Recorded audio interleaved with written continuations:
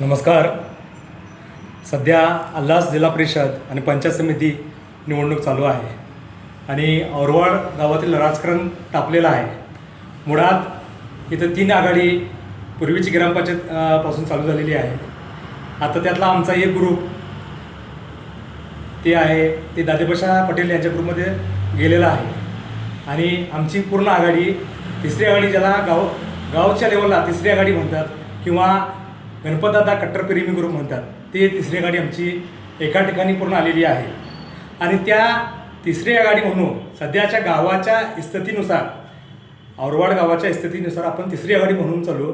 त्या तिसरी आघाडीबरोबर पूर्णपणे पाठिंबा देणारा बहुसंख्यक मोठा असा ग्रुप आहे.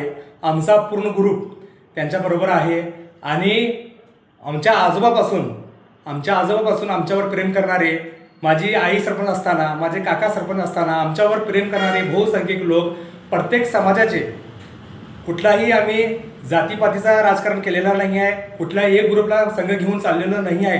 ते सर्व लोक आमच्याबरोबर आमच्या पाठीशी आहेत आणि 100% औरवाड गावामध्ये आम्ही आय पटेल साहेब असो किंवा सावकार आमचे असो, त्यांना 100% भरघोस मतदान हे देणार. 100% भरघोस मतदान हे होणार आणि 100% ही आपली जी सीट आहेत, दोन्ही सीट हे निवडून येणार आहेत, त्यात काय दोमत नाही आहे.